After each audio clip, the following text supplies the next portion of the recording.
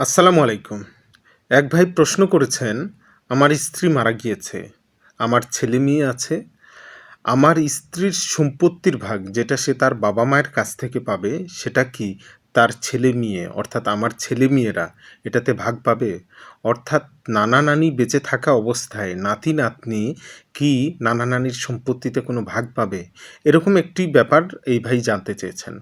তো ভাই আপনার উদ্দেশ্যে সহ সবার জন্যই একটা জিনিস আমি ক্লিয়ার করে বলি।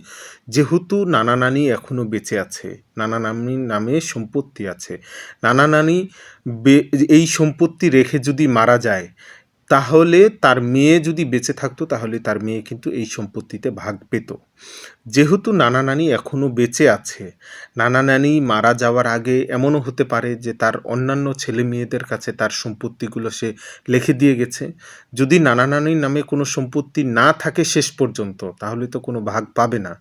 যদি নানা-নানি মারা যাওয়ার পরে নানির নামে কোনো সম্পত্তি, আপনার জমি কোনো কিছু এরকম কোনো কিছু থেকে থাকে, তাহলে ওয়ারিশ হিসাবে অবশ্যই নানা-নানির সম্পত্তি তার নাতি-নাতনিরা পাবে। তার মা বেঁচে থাকুক কিংবা না থাকুক। যদি তার মা বেঁচে থাকতো তাহলে তো তার মা ডিরেক্ট পেত। যেহেতু তার মা বেঁচে নেই, সেক্ষেত্রে তার মা যেই সম্পত্তিটুকু পেত সেই সম্পত্তিটুকু এখন এই নাতি-নাতনি পাবে। আশা করি বন্ধুরা আপনারা ব্যাপারটি বুঝতে পেরেছেন। আপনাদের আরও কোনো প্রশ্ন থেকে থাকলে ডিসক্রিপশন বক্সে দেওয়া হোয়াটসঅ্যাপ নাম্বারে যোগাযোগ করতে পারেন। ধন্যবাদ।